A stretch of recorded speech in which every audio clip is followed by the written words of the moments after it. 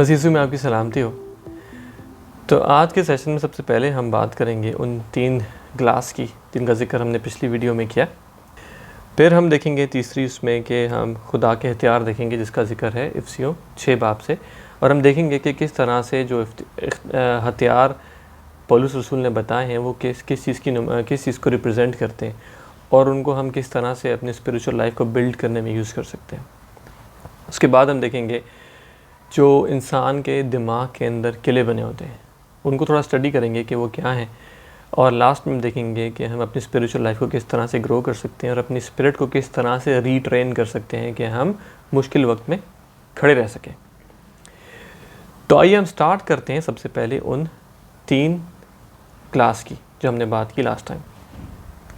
तो सबसे पहला क्लास जो है उसके अंदर हमने देखा, हमने पानी लिया और उसमें हमने इंक डाली और हमने देखा कि कुछ वक्त के बाद वो इंक पानी के अंदर जाकर बैठ गई।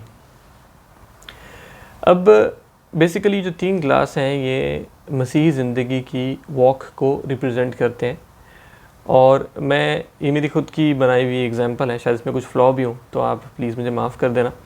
पर मैं आपको अपना पॉइंट बताने की कोशिश कर रहा हूँ। तो सबसे पहले ग्लास में जहाँ पर पानी के अंदर इंक डाली जाती है वहाँ जाकर वो पानी के अंदर इंक जाके बैठ जाती है, और इंक के बैठने के बाद आप देखें कि उसका असर पानी के बाकी सरफेस में नहीं रहता, सिर्फ वो एक जगह पे बैठी होती है। ये वो शख्सियात हैं मसीहत के अंदर जो यीशु मसीह को कबूल करने के बाद कलाम को पढ़ते और कलाम को पढ़ते और कलाम को पढ़ते और पढ़ते रहते हैं। तो ये वो लोग हैं जो कलाम को याद करते हैं और उनको कलाम की बहुत सी बातें पता हैं, बहुत से वाक़यात पता हैं, उन्होंने बाइबल को बहुत बार पढ़ा हुआ है, पर प्रैक्टिकली उनको प्रैक्टिकल करना नहीं आता कि जब मुश्किल वक्त आएगी, जब उनकी ज़िंदगी में मुश्किल आएगी तो उस टाइम उस मुश्किल से निकल के किस तरह से बाहर जाया जाएगा ये उनको नहीं आता। सेकेंड जो है, जब इस फेज़ से इंसान निकलता है तो जोश का फेज़ आता है। तो सेकेंड जो है फेज़ जहाँ पे जोश की बात की मैंने, पानी को इस तरह से हिलाया और उसमें इंक डाली। अब जब उसमें इंक डाली तो उस इंक ने रंग दिखाया अपना, पानी के अंदर मिक्स हुई, पर बहुत जल्दी जो है उसका असर जो है वो पूरे पानी में फैल गया और उसकी जो स्ट्रेंथ थी सरफेस के ऊपर, वो स्ट्रेंथ जो है वक्त के साथ बहुत जल्दी कम हो गई। अब ये वो लोग हैं जो कलाम को याद करने के बाद एक टाइम जोश में आकर कुछ रिजल्ट्स हासिल करते हैं, कुछ मिरेकल्स देखते हैं, कुछ खुदा का काम उनकी ज़िंदगी में होता है और वो जोश में आते हैं और कुछ रिजल्ट्स पाकर वो खुश हो जाते हैं। बहुत से लोग मिनिस्ट्रीज़ खोल लेते हैं, बहुत से लोग चर्च स्टार्ट कर लेते हैं, बहुत से लोग मुनादी करना शुरू कर देते हैं। तो ये एक अच्छी कैफियत है जिसमें मसीहों का होना बहुत ज़रूरी है। पर पहली कैफियत और दूसरी कैफियत में एक चीज़ कॉमन होगी कि पहली कैफियत में जहाँ पे मैंने देखा ग्लास में पानी और रंग जाके बैठा हुआ है, उस कैफियत में आप देखेंगे कि मसीह जो है स्ट्रगल कर रहा होगा, गुर्बत से स्ट्रगल कर रहा होगा, गुनाह से स्ट्रगल कर रहा होगा, झूठ बोलना नहीं छोड़ सकता, धोखा देना नहीं छोड़ सकता, कीना रखना नहीं छोड़ सकता, ऐब जोई करना नहीं छोड़ सकता, और जो है वो हर तरह की मुश्किल में वो बैठा रहता है। उसको पता है कि कलाम क्या कहता है इसके बारे में, उसको पता है कि मुझे इसमें रुकना है, पर वो नहीं रुक सकता क्योंकि ये चीज़ उसकी स्पिरिट का हिस्सा नहीं है। ये इन्फॉर्मेशन उसको मालूम है पर ये उसकी रूह का हिस्सा नहीं है, इसलिए जो है वो चीज़ काम नहीं कर सकती।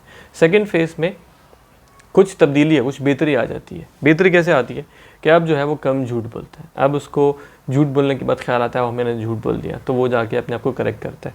अब जो है वो शायद पहले 10 साल माफ़ नहीं करता था, अब शायद वो 2 साल में छोड़ देता है, या कम होते होते जब वो मैच्योरिटी की तरफ जाता है तो वो लोगों से नाराज़ ही नहीं होता। या अब जो है उसकी गुर्बत की में कुछ कमी आ गई क्योंकि उसको कलाम को एक्सरसाइज करना आ गया। उसको पता चल गया कि कलाम से मैं किस तरह से ज़िंदगी गुजार सकता हूँ, तो उसको थोड़ा थोड़ा उसकी ज़िंदगी में ट्रेस बनना शुरू हो गया। आप मुझे भी इसी ग्रुप में ले सकते हैं कि मेरे दिमाग में भी थोड़ा थोड़ा ट्रेस बनना शुरू हो गया है कि मैं कलाम में किस तरह से चल सकता हूँ, कलाम को किस तरह से अपनी ज़िंदगी का हिस्सा बना सकता हूँ, किस तरह से अपने वजूद का हिस्सा बना सकता हूँ। थोड़ी बहुत मेरे को समझ आना शुरू हो गई। मैं अपने आप को भी इसी कैटेगरी में लेता हूँ। इसके बाद थर्ड क्लास जो है, थर्ड क्लास है ये वो क्लास है जहाँ पर आपको पता है कि कलाम के अंदर ज़िंदगी किस तरह से बसर करनी है, और आपने देखा कि मैंने उसको परफेक्ट स्पिन दिया, राइट क्लॉकवाइज, और उसके बाद जो है वो पानी में रंग मिक्स भी हो गया और सतह के ऊपर बहुत सा थिक कलर ठहर गया। अब मैंने एग्जांपल क्यों पिक की थी, बिकॉज इंसान का माइंड और उसके स्पिरिट इसी तरीके से काम करते हैं। तो जो इंसान का जो एक्टिव माइंड है, जिससे आप रोज़मर्रा के काम करते हो, सोच के डिसीजन लेते हो, ये वो माइंड है जिसकी पावर एक्टिवली ज़्यादा है पर बड़ी पिक्चर में इसकी पावर कम है। क्योंकि जो आपकी आदत हैं, हो सकता है आप इनिशिएट उससे आप जो है फाइनल जो है आपका एक्शन उससे करते हो, आपके एक्टिव माइंड से, पर उसकी पीछे से इंफॉर्मेशन आती है आपके स्पिरिट से। तो अगर झूठ बोलना आपकी रूह का हिस्सा है तो आपके एक्टिव माइंड को करना, एग्जीक्यूशन करना बहुत ईजी है। अगर फ्रॉड करना आपकी रूह का हिस्सा है तो आपके एक्टिव माइंड को करना बहुत ईजी है। अगर गुस्सा करना आपकी रूह का हिस्सा है तो आपके एक्टिव माइंड को वो एग्जीक्यूट करना बहुत ईजी है। इसीलिए जो थर्ड स्टेट है, जिसमें मैंने बताया कि पानी नीचे भी मिक्स है और ऊपर भी ठहरा हुआ है, उसमें एक्टिव माइंड के अंदर जो है कलाम की बहुत तासीर मौजूद है। जब मुश्किल का वक्त आता है तो वो शख्स जो उस थर्ड स्टेट के अंदर है या सेकंड स्टेट से थर्ड स्टेट के अंदर आ रहा है, उसके लिए बहुत पॉसिबिलिटी है, बहुत चांसेस हैं कि वो मुश्किल वक्त पे खड़ा रहेगा और नीचे नहीं गिरेगा। तो बेसिकली हमें सेकंड स्टेज से भी थर्ड स्टेट में आके ज़िंदगी गुजारना सीखना है, तभी हम वो काम कर सकेंगे जिसका यीशु मसीह ने जिक्र किया कि तुम मुझसे भी बड़े काम करोगे। तो बेसिकली यहाँ पे टेक अवे ये है कि हमें जो है वो अपनी स्पिरिचुअल लाइफ पर बाकायदगी से काम करना है। और सबसे बड़ी जो प्रॉब्लम मैंने देखी है कलीसिया में वो ये है कि मसीही लोग इन बातों को समझते हैं बट डिनाई करते हैं, वो अभी तक इनकार की कैफियत के अंदर हैं। तो मैंने बहुत से लोगों से बात करता हूँ तो वो कहते हैं हाँ मुझे पता है झूठ नहीं बोलना चाहिए, हाँ मुझे पता है कि माफ़ करना चाहिए, पर वो माफ़ नहीं कर सकते क्योंकि सिर्फ उनको पता है कि माफ़ नहीं करना चाहिए, उनको उससे आगे कुछ नहीं आता, उन्होंने ट्रेनिंग हासिल नहीं की माफ़ करने की। और कई बार जो है हम धोखा खाते हैं तो हम धोखा खाकर पीछे हट जाते हैं, पर हमें अपने आप को धोखा खाने देना चाहिए क्योंकि कई बार हम धोखा खाकर सीखते भी हैं। और वो परफेक्ट हार्ट जो खुदा का हार्ट है, दिल जो खुदा का जो दिल है, परफेक्ट हार्ट, उसकी तरफ कदम बढ़ाना शुरू करते हैं जब हम सीखना शुरू करते हैं। तो सिर्फ अच्छी बातों से इंसान नहीं सीखता, बुरे एक्सपीरियंस इंसान को और मजबूत बनाते हैं और स्ट्रांग बनाते हैं। तो बेसिकली हमें सबसे पहले रियलाइज़ करना है कि हमारी ज़िंदगी में कोई फॉल्ट है और फिर उस फॉल्ट को निकलने का तरीका हमें आना चाहिए। तो ये तो रही वो जो मैंने आपको एग्जांपल दी थी 3 क्लासेस की, उसकी एक्सप्लेनेशन। अब उससे नेक्स्ट फेज़ में हम जाने की कोशिश करते हैं। तो आइए हम जाते हैं इफ्सियों 6 बाब और हम स्टार्ट करते हैं उसकी 10 से 13 आयत के ऊपर। और कलाम फरमाता है कि गर्ज़ खुदावंद में और उसके कुदरत के ज़ोर में मजबूत हो जाओ, खुदा के सब हथियार बांध लो ताकि तुम इब्लीस के मंसूबों के मुकाबला में कायम रह सको। क्योंकि हमें खून और गोश्त से कुश्ती नहीं करना है, बल्कि हुकूमत वालों और इख्तियार वालों और इस दुनिया की तारीकी के हाकिमों और शरारत की उन रूहानी फ़ौजों से जो आसमानी मकामों में हैं। इस वास्ते तुम खुदा के सब हथियार बांध लो ताकि बुरे दिन में मुकाबला कर सको। जनाब, तो बाइबल कंफर्म करती है कि आपकी जंग जो है वो इंसान से नहीं है, और जो भी आपकी ज़िंदगी में मसाइल रौनुमा होते हैं, आपको आंखों से इंसान नज़र आते हैं कि इंसान वो प्रॉब्लम्स क्रिएट कर रहे हैं, पर हकीकत में उनके पीछे जो क़ुव्वतें काम करती हैं वो आपके लिए मसला क्रिएट करती हैं, और वो क़ुव्वतें इन शख्सियात को यूज़ करती हैं जो आपकी ज़िंदगी के अंदर हैं, और वो शख्स कोई भी हो सकता है। पर यहाँ पे मैं आपको एक कॉशन दूंगा कि कभी भी जो है वो किसी इंसान को आपने अपने मसाइल का हकदार नहीं ठहराना। ये एक स्पिरिचुअल लॉ है, इसको समझने की ज़रूरत है। जिस वक्त आपने इंसान की तरफ उंगली उठाई, आप यकीन करें स्पिरिचुअली आप उसी टाइम नीचे गिर गए, क्योंकि आप जो है गलत दुश्मन की तरफ जाने की कोशिश कर रहे हो। और ये भी एक इब्लीस का बहुत बड़ा मंसूबा है जिसके अंदर मेजॉरिटी लोग फंस जाते हैं, क्योंकि हमेशा वो इंसान को अपना दुश्मन समझते हैं। अच्छा, अब जो है यहाँ पे जो इख्तियार वाले और हुकूमत वाले और जो आसमानी फ़ौजें जिनकी बात की गई है, ये सब जो है एक ऑर्डर है, ये एक एक हकीकत है जो शहरों को कंट्रोल करती हैं, जो कंट्रीज़ को कंट्रोल करती हैं, जो इलाकों को कंट्रोल करती हैं, चर्चेज़ को कंट्रोल करती हैं, घरों को कंट्रोल करती हैं। और ये डिफरेंट लेवल हैं रूहों के, और उन लेवल्स पे वो काम करती हैं। तो बेसिकली आपका कन्फ्लिक्ट जो है वो उन रूहों से। यहाँ पे मैं एक बात बताना चाहूँगा आपको कि अगर आपको, जैसे कई बार लोगों को एंग्जाइटी होती है, डिप्रेशन होता है, और कई लोगों की जॉब सस्टेन नहीं होती, कई लोगों के घर में पैसे नहीं होते, कभी कई लोगों के घर में खाना क्यों नहीं होता, कई लोगों के घर में फीस नहीं होती, कई लोग अपनी बुरी आदत नहीं छोड़ पाते, और कई लोग मिनिस्ट्री में स्ट्रगल करते हैं, और कई लोग जो हैं वो अपनी मैरिड लाइफ में स्ट्रगल करते हैं।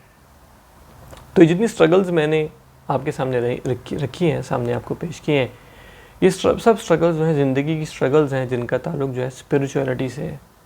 और हमेशा जो है इंसान जो है वो बेवकूफ़ी करके इनको अपने माइंड से और दुनिया के तरीक़ेकार से सॉल्व करने की कोशिश करता है, जबकि कलाम जो है आपको तस्दीक करता है कि ये मसाइल इस तरह से हल नहीं होते। और कई बार लोग समझते हैं कि अगर किसी में बदरू आ गई है जो कुछ उल्टा सीधा काम कर रही है तो सिर्फ वो जो है वॉर में है। मैं आपको बताऊं कि अगर आप झूठ बोलने की आदत नहीं छोड़ सकते, आप माफ़ ना करने की बीमारी आपके अंदर है, तो आप जो है ऑलरेडी एक बदरू के इन्फ्लुएंस के अंदर हो।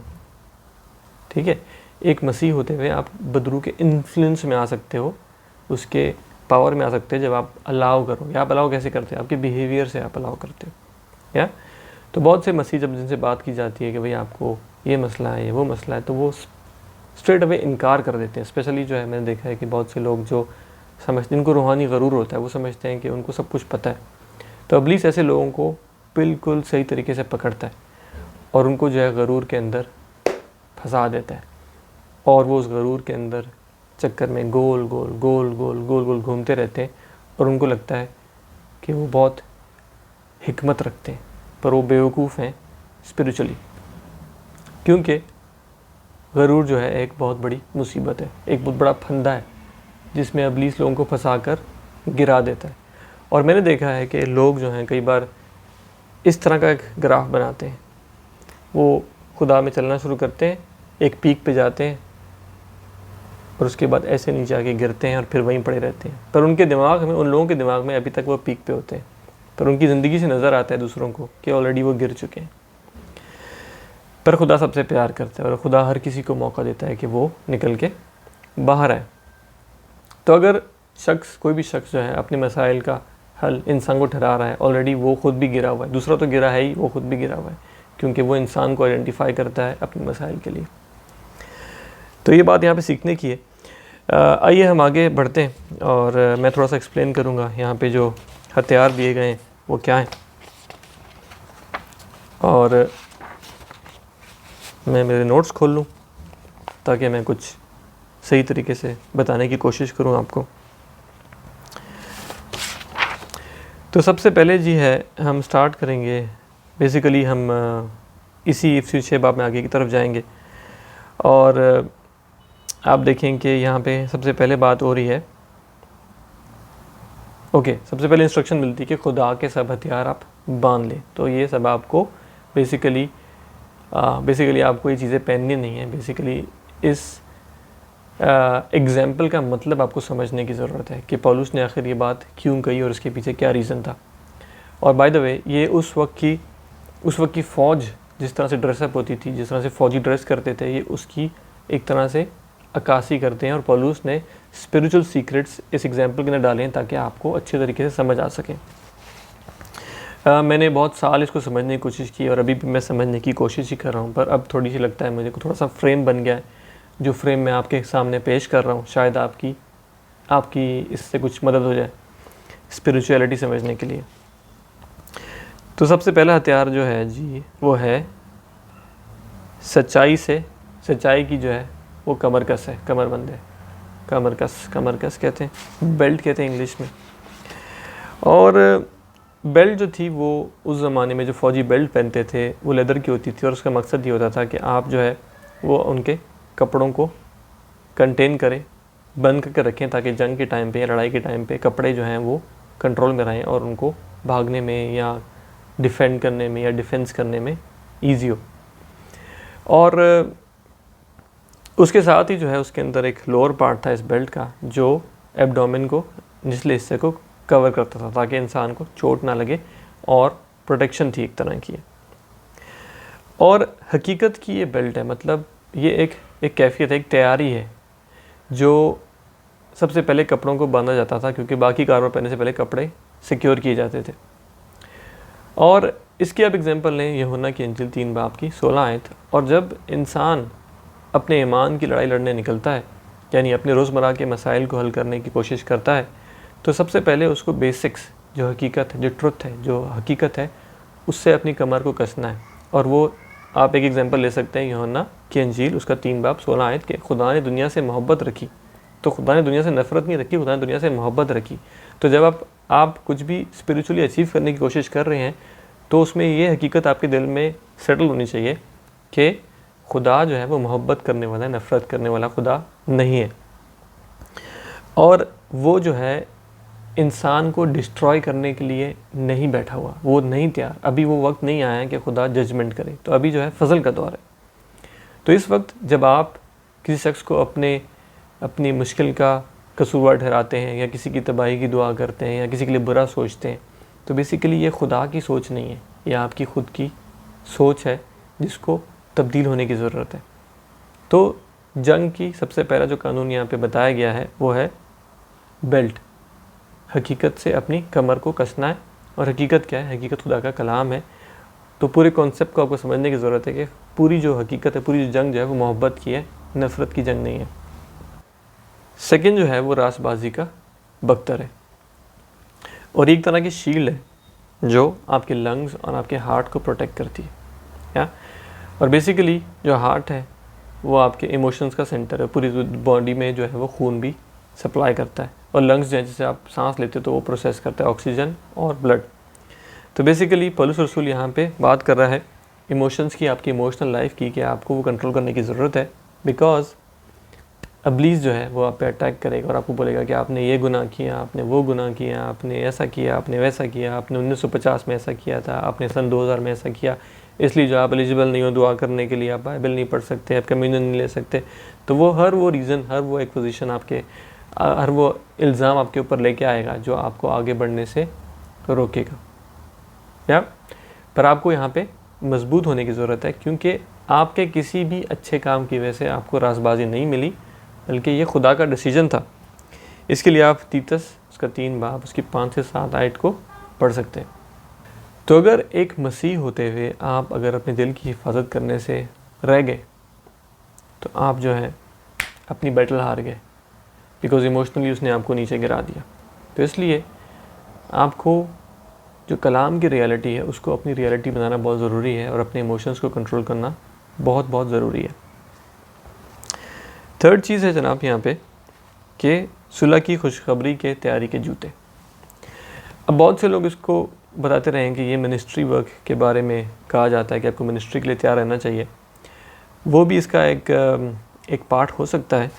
इस वक्त मैं जो पार्ट एड्रेस करूँगा, जिसकी मैं बात करूँगा, बेसिकली जो जूते यहाँ पे रूमी फ़ौज के जूते यूज़ किए गए हैं एग्जाम्पल के लिए। तो जूते जो स्पेशल जूते थे उसके लेदर के जूते थे और उसके नीचे जो है वो कील टाइप की कोई चीज़ लगी होती थी और वो किस लिए होती थी ताकि उसके पाँव जो है जम जाए ज़मीन के ऊपर, हिले नहीं।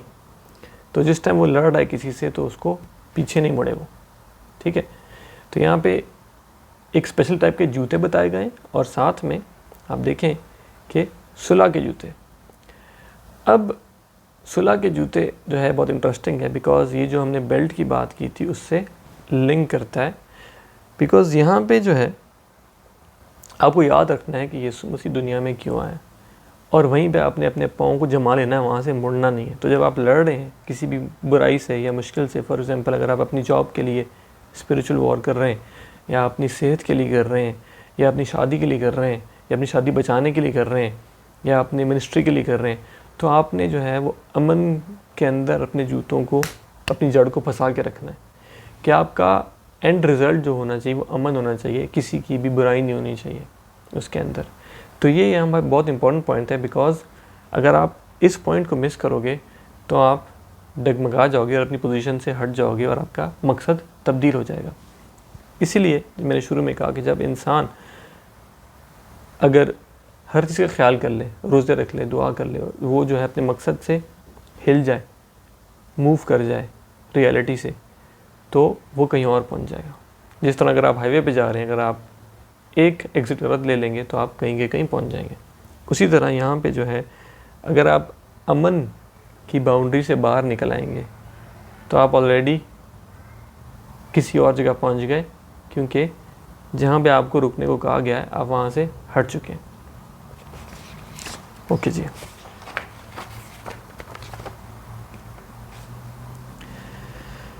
नेक्स्ट चीज़ है शील्ड ऑफ फेथ, ईमान की सिपर। सो ईमान की सिपर में कायम रहने के लिए कहा गया है, और ये बहुत इंटरेस्टिंग है क्योंकि ये जो शील्ड उसने बताई है ये ईमान से बनती है। ये इंटरेस्टिंग क्यों है? क्योंकि हमें समझने की ज़रूरत है कि ये शील्ड क्या है। अब ये जो शील्ड थी ये 4 फीट लंबी थी और 3 फीट चौड़ी थी, और ये शील्ड जो थी ये गोट स्किन से बनी हुई थी, और उसकी साइड जो थी वो लोहे की कवरिंग थी। और रूमी फ़ौजी जो थे वो लड़ने से पहले जो है इनको गीला करते थे, क्योंकि उस टाइम पे जो है वो जलते हुए तीर यूज़ होते थे, जिसका जिक्र बाद में किया गया। तो जब वो जलता हुआ तीर आके शील्ड में लगता था तो उसी टाइम बुझ जाता था, बिकॉज शील्ड गीली होती थी। तो हम देखते हैं रूमियो उसका 10 बाब उसकी 17 आयत। यह कलाम फरमाता है कि बस ईमान सुनने से पैदा होता है और सुनना मसीह के कलाम से। तो जो आपकी शील्ड जो है, जो फेथ की शील्ड है, ईमान की जो सिपर है, ये सिर्फ खुदा के कलाम को पढ़ने और सुनने से बनती है। और जिस वक्त खुदा के कलाम से आप बाहर जाना शुरू करते हैं, कहाँ पे? आपके दिल के अंदर, उस टाइम ये शील्ड छोटी हो जाती है, या तो या इसमें सुराख पड़ जाते हैं। वो कैसे? क्योंकि आपकी पूरी शील्ड जो बन रही है, फॉर एग्ज़ाम्पल एक 3 फीट बाय 4 फीट की शील्ड है, और ये पूरी ईमान मटेरियल जो है ईमान है इसके अंदर, ना लेदर है, ना लकड़ी है, ना लोहा है, यहाँ पे सिर्फ मटेरियल ईमान है। तो जब मटेरियल ईमान है तो आपको पूरा मटेरियल सप्लाई करना है ताकि आपकी 4 बाय 3 की शील्ड पूरी रहे। तो अगर आप इसमें कीने को ऐड करेंगे, ग़ीबत को ऐड करेंगे, झूठ को ऐड करेंगे, जिसका मतलब है आपके दिल में जब ये चीज़ें जगह लेना शुरू हो जाएंगी, फॉर एग्ज़ाम्पल अगर आप एक मसले को हल कर रहे हैं ज़िंदगी के, एक जॉब पे अप्लाई कर रहे हैं, और आपने अपने दिल में रिश्वत को ऐड कर लिया खुदा के कलाम के साथ, क्या हुआ? आपने शील्ड में सुराख कर लिया, और फिर कभी ना कभी एक जलता हुआ तीर आएगा और आप उसको रोक नहीं पाएंगे। या तो इसलिए जो है कलाम में रहना जो है वो बहुत ज़रूरी है, और सिर्फ कलाम से जो है अपने माइंड को और अपने हार्ट को फिल करना है, और उसके अलावा किसी और चीज़ से नहीं। क्योंकि अगर आप उससे बाहर निकलेंगे तो आपकी शील्ड जो है वो ख़राब हो जाएगी। तो अगर एक मसीह शख्स कलाम को पढ़ना, उसे मेडिटेट करना, उसको बोलना छोड़ देगा तो उसकी ज़िंदगी में मुश्किलात आना शुरू हो जाएंगी। सिर्फ पढ़ना जो है काफ़ी नहीं है, मेडिटेशन करना जो है बहुत ज़रूरी है, क्योंकि मेडिटेशन से जो है आप अपनी रियलिटी, खुदा की रियलिटी के करीब लेके आते हो, जिसके बारे में हम बाद में बात करेंगे। तो मैंने जो है वो इस टॉपिक को इतना एलेबोरेट नहीं कर रहा फेथ का, बिकॉज ये एक बहुत बड़ा टॉपिक है, तो हम ट्रैक से उतर जाएंगे, बट फेथ जो है बहुत इंपॉर्टेंट है। सेकंड जो है वो है नजात का खूद, और हेलमेट जो है वो सर के ऊपर आता है, और ये आपके माइंड को प्रोटेक्ट करता है। और कलाम जो है हमें इंस्ट्रक्ट कर रहा है कि नजात का खूद है, बिकॉज सल्वेशन, तो जो सल्वेशन का पूरा प्रोसेस है यीशु मसीह की दुनिया में आने, जान देने और जी उठने के बाद, ये रियलिटी जो है आपके दिल के अंदर अजबर होनी चाहिए, आपको आपकी वजूद का हिस्सा होना चाहिए। और कभी भी जो है आप इस ट्रैक से नीचे ना उतरें, ये इसलिए। तो आपका माइंड जो है वो इस कॉन्सेप्ट के ऊपर ब्लॉक होना चाहिए, जो सल्वेशन का कॉन्सेप्ट है फ्रॉम A to Z, शुरू से आखिर तक, और आप जो है इससे अपने माइंड को डेविएट नहीं कर सकते।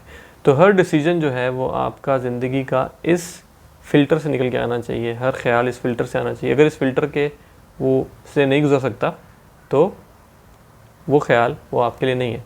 तो जो ख्याल इस फ़िल्टर में फ़िक्स आता है सिर्फ वो ख्याल माइंड में अलाउ है, दूसरा कोई ख्याल अलाउ नहीं है। ऑफ कोर्स ये कहना आसान है, पर करने के लिए आपको रियाजत चाहिए, आपको वक्त देना पड़ेगा कलाम को सीखने के लिए। इसलिए मैंने कहा कि ये सब चीज़ें आपस में इंटरकनेक्टेड है, ये एक स्ट्रक्चर है, ये एक फ्रेम है।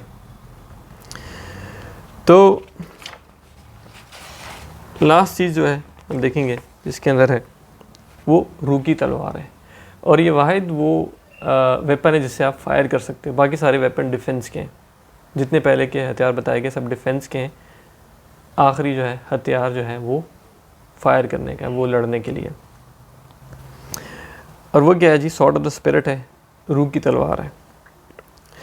अब ये सॉर्ड जो थी तकरीबन 2 फीट लंबाई की थी जिसकी बात की गई है, तो इतनी लॉन्ग डिस्टेंस फाइटिंग के लिए नहीं था, ये शॉर्ट डिस्टेंस फाइटिंग के लिए था।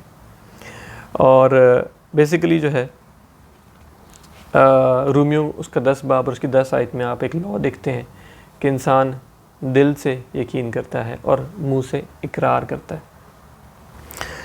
तो जब आप मुंह से इकरार करते हैं तो वहाँ जो वर्ड मुंह यूज़ हुआ है वह स्टोमा है ग्रीक के अंदर, और वो तलवार की नोक को रिप्रेजेंट करता है, स्टोमा। तो बेसिकली बात की गई है कि जब आप दिल से बिलीव करते हो पूरे दिल से और मुंह से जब इकरार करते हो तो वो आपकी तलवार है, उससे आप जंग करते हो। तो आइए जी एक रिकैप करते हैं। सबसे पहली बात हुई एक बेल्ट की, कमर की, जो कि हकीकत की कमरबंद है। तो मसीह की क्या हकीकत है, ये आपकी ज़िंदगी में कायम रहनी चाहिए। सेकंड बात हम देखते हैं, सेकंड चीज़ जो है इंपॉर्टेंट, वहाँ पे जूते थे, और जूते थे जिसके अंदर कील लगे हुए और वो जगह पे फिक्स हो जाते हैं। और फिक्स कहाँ होते हैं, सुलह के अंदर, अमन के अंदर, ठीक है। फिर हमने बात की एक ब्रेस्ट प्लेट की, और वो आपके दिल की हिफाजत करती है, आपके इमोशंस की, आपकी फीलिंग की। फिर हमने बात की एक हेलमेट की जो आपके माइंड की हिफाजत करती है। और फिर हमने बात की शील्ड की और स्वॉर्ड की। तो ये सब चीज़ें जो हैं आपस में इंटरलिंक्ड हैं, और बेसिकली जो माइंड और हार्ट वाली चीज़ है इसके अंदर जो है आपको बहुत ख्याल करने की ज़रूरत है। तो बेसिकली जो है ये जो पूरी उसने समझाने की कोशिश नहीं की है पॉल ने, ये आपकी एवरीडे लाइफ का हिस्सा होना चाहिए। तो जब तक आप सेकंड से थर्ड ग्लास, जिसका हमने शुरू में जिक्र किया था, उस तक नहीं आएंगे। तो ये थर्ड ग्लास की जर्नी है बेसिकली। ये जो चीज़ें चैप्टर 6 के अंदर ये पूरी जो खुदा के हथियार हैं, ये थर्ड ग्लास और सेकंड ग्लास में कुछ इस्तेमाल होते हैं, थर्ड क्लास में पूरा फंक्शन दिखाया वॉर का, या और ये जो आपकी वो है सॉर्ड है, रूह की तलवार जो है, ये जो है आपका जो मैंने बताया था ग्लास का ऊपर का हिस्सा है, जहाँ पे जो रंग जो है वो भरा होता है। मतलब कलाम जो है आपके दिल में ऊपर की सतह पे होता है और मुंह से निकल के बाहर आता है, और वही है जो बंधन तोड़ता है, वही है जो किलों को तोड़ता है। अब हम जाते हैं हमारे नेक्स्ट टॉपिक के ऊपर।